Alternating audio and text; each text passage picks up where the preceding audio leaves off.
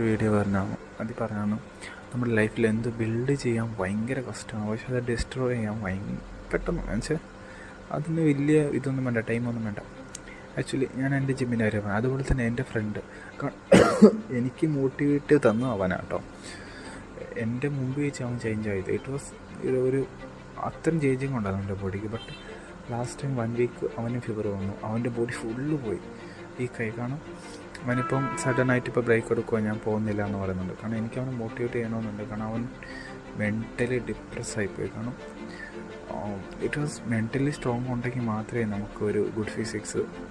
ഞാൻ അന്ന് വേറൊരു വീഡിയോയിൽ പറഞ്ഞിട്ടുണ്ട്, കൈക്കറുത്തും ചെങ്കറുപ്പും വെച്ചാൽ നമ്മൾ ബോഡി സ്ട്രോങ് ആയിരുന്നു, അതേ രീതിയിൽ തന്നെ മെൻ്റലി സ്ട്രോങ് ആയിരിക്കണം, ഫൈനാൻഷ്യലി സ്ട്രോങ് ആയിരിക്കണം. സോഷ്യലി അത് ഓൾറെഡി വരും. ഇത്ര നമ്മൾ സ്ട്രോങ്